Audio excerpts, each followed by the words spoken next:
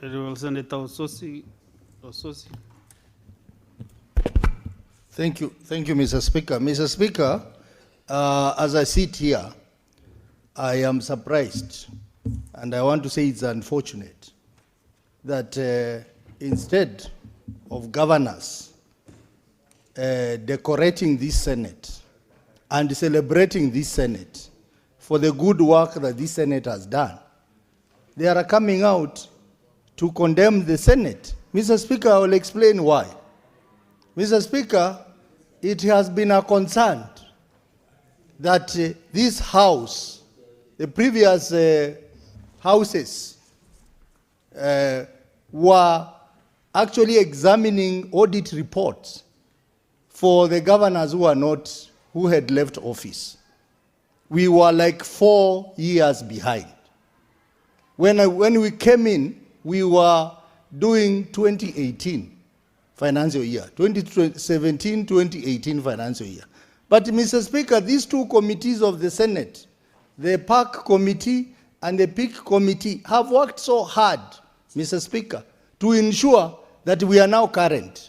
Because now we are working on 2024-2025 financial year, which is the current one. Mr. Speaker, when you see governors are complaining and getting worried, it is simply because this House has worked so hard to ensure that we are dealing with the current report and we are dealing with the governors to respond to the issues while they are in office, not to come and respond to the issues of the previous governor who was there. And that's where the fear is, Mr. Speaker, because we interact with these governors, and some of them have been telling us that you are too fast. Why can't you delay so that someone else will come and answer my queries? Mr. Speaker, these committees, we must be celebrated by Kenyans for being current. And Mr. Speaker, it is so surprising that the governors who expect us to give them more money are the ones who are trying to derail our work, Mr. Speaker. Mr. Speaker, as you are aware, the same counties are the ones who went to court. The county assembly, the officials of Nairobi County, they went to court to question the report by the county assembly of Nairobi, Alcoholic Drinks Fund, that report was done outside the timelines defined under Article 229 of the Constitution, which require that 3 months after the Auditor General has presented the report before the House must dispense with that report in 3 months. Mr. Speaker, as a result of that court ruling, the Speaker of this House directed that we must comply with Article 229 of the Constitution. And this House had done so well. Mr. Speaker, members of these two committees have been here since January, second week of January, trying to deal with this report so that they beat the deadline. And the governors have been busy going for holidays, going for retreats, lying beside the beaches as we work, only to come out and start saying that the senators are harassing them, are extorting money from them. Mr. Speaker, this tells you how the priorities in our county is misplaced, Mr. Speaker. Mr. Speaker, I want the governors to understand that if this House complies with Article 229 of the Constitution, it means it will be up to date. And therefore, they would rather work with us so that we can compel the National Assembly to adhere to Article 203 of the Constitution that requires that while computing the shareable revenue, you base it on the most current audited reports. That cannot be done if they don't support us. So this is not the time for our governors to take us through the mud, but to support us so that we comply with the provisions of Article 229 so that they can get more money. In fact, more money than 400 95 billion that the national government is proposing. Mr. Speaker, I want to say that in my committee, the committee of PIC, we have noted numerous issues in our counties. The water companies in our counties, Mr. Speaker, 95% of our water companies are actually insolvent. They are not making profit.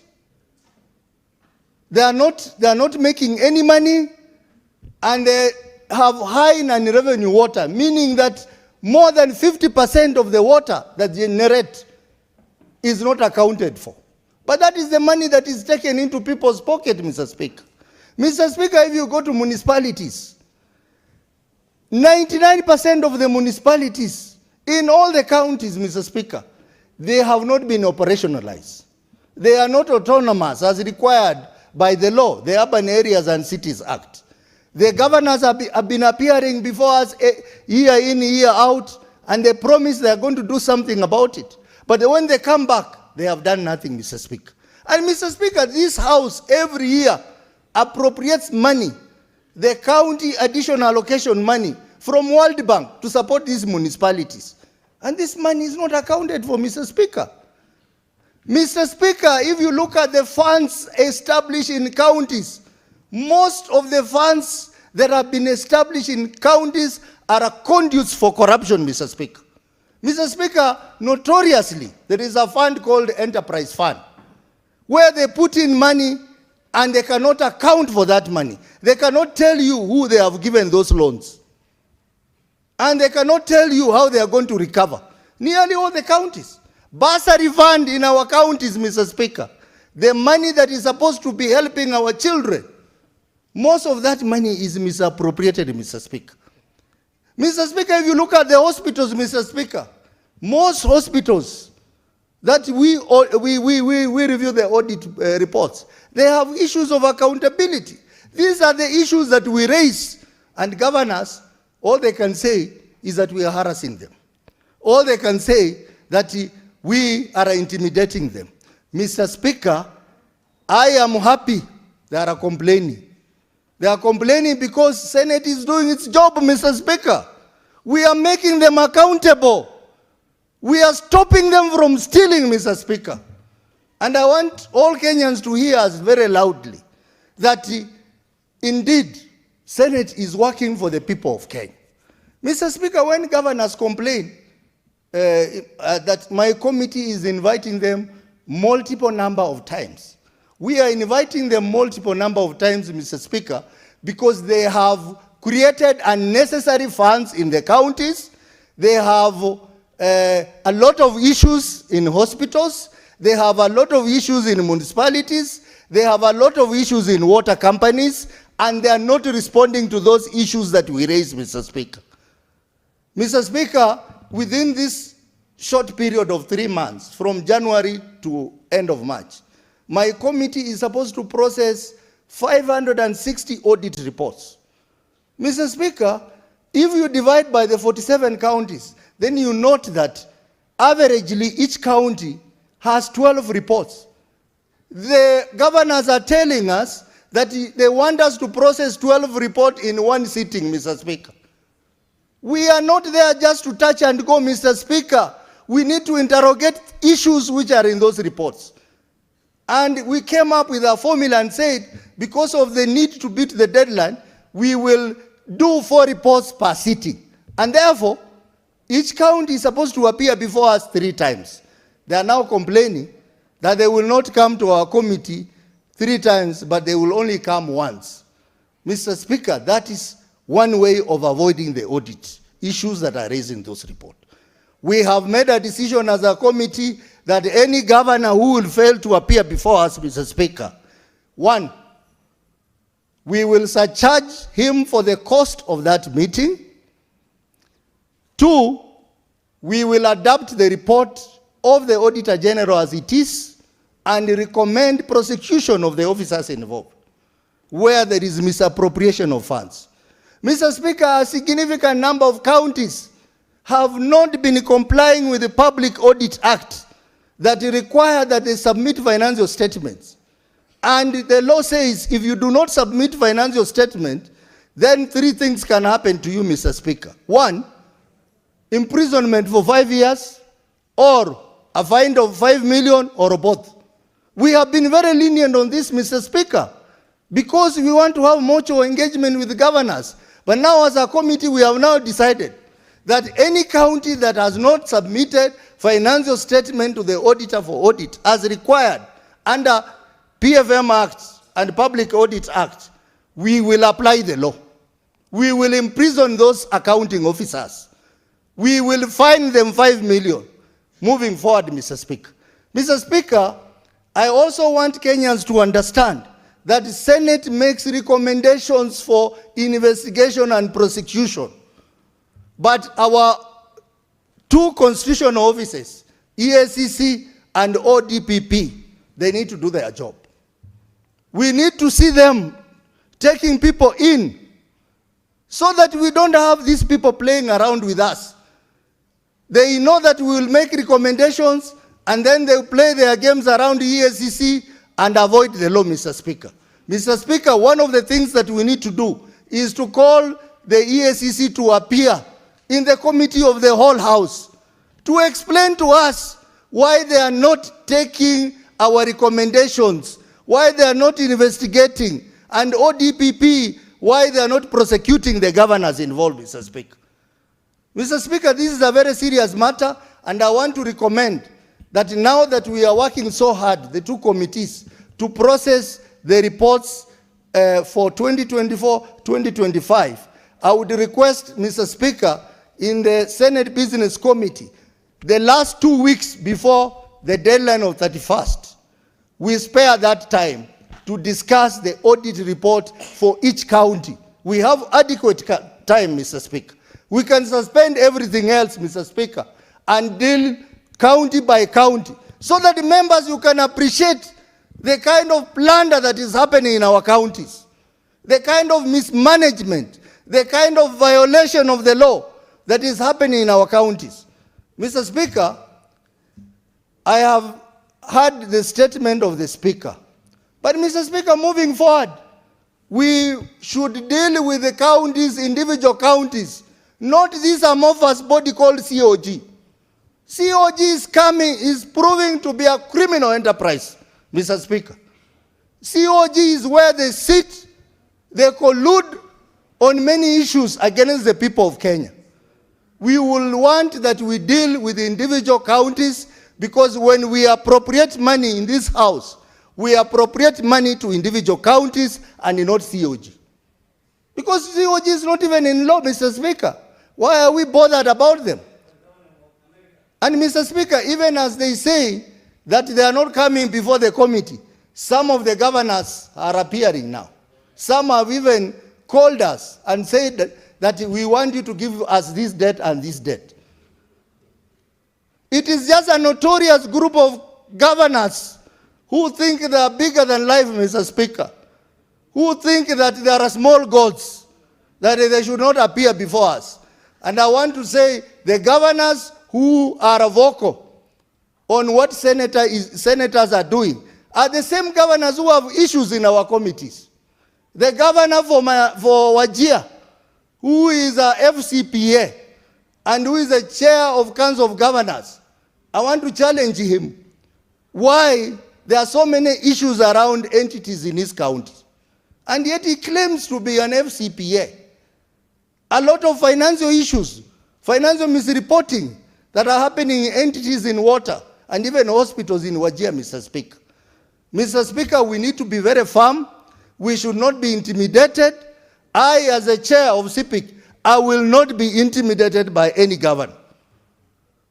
And we are going to do reports based on facts, based on our examination of those reports, based on our deliberations in our sittings in a free, fair, but very firm manner, Mr. Speaker.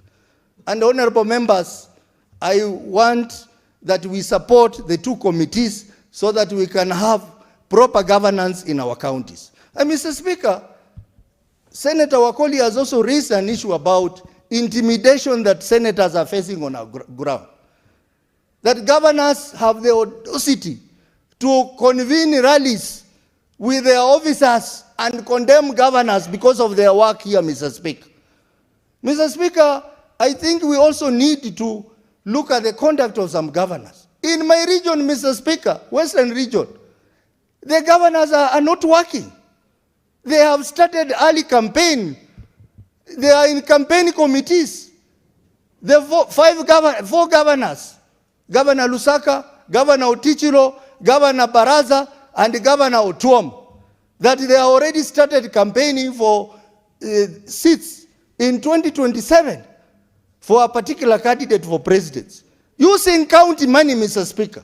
Mr. Speaker, this will not be tolerated, and senators from the region, we have said, we will not allow you people to use county money to campaign this early. Focus on delivering services to the people of your respective counties, Mr. Speaker. Mr. Speaker, I would like to urge the governors to work very closely with senators, because we are the ones who appropriate money to you. You cannot appear like you want to fight us. You cannot appear like you want to intimidate us. You cannot appear like you want to tell us when to come and when not to come. And it's very sad, Mr. Speaker, that some of the governors who are promoting this kind of practice have been senators here, Mr. Speaker. I am surprised that my good friend Mutula Kilonzo, who I have respected for years, that today he was supposed to appear before Picky Committee, and he writes a letter to say I'm not appearing because of the decision of COG. And I wonder, this is a lawyer, Mr. Speaker. COG is an amorphous body. Why are you making reference to COG and you know its legal standing, Mr. Speaker? Mr. Speaker, we are serving here as senators. Maybe in future we'll be governors. I pray God that I will not be that kind of a governor. I will be a governor who respects the Senate, Mr. Speaker. I'll be a governor who understands the constitutional role of Senate. You cannot change goalposts and say that since you are on the other side, you disregard the Senate. Some of the governors who are making noise, Mr. Speaker, want to be senators here, Mr. Speaker. How will they work as senators when they are ridiculing this house, Mr. Speaker? Governor Wajir wants to be a senator. Governor Tarakanidhi wants to be a senator. And many others who want to be senators, Mr. Speaker. How will they do their work if they come in, they are elected as senators, and they find that they cannot do their oversight role because they are being told, when you are the governor, you did this, you are against Senate, so let us also be against you because you are Senate. Mr. Speaker, I want to urge members, and I want to encourage the House that this year's reports, let's spend quality time on reviewing those reports, debating them before the expiry of the 31st of March deadline, Mr. Speaker. Mr. Speaker, I support the statement by our Speaker, and I want to thank the Speaker for his firmness. I want to thank the Speaker for refusing to be intimidated by anyone. And I also want to ask His Excellency the President, because I know these governors, they want to run around the President for protection, that Mr. President, hear us as senators, that some of those governors who move closer to you, look back at what they are doing in their counties. Look back to the audit reports that are before this House, and let them serve the people of their respective counties in a fair, transparent, and accountable manner. Mr. Speaker, I support. Okay, very well, Senator Tabitha Keroche.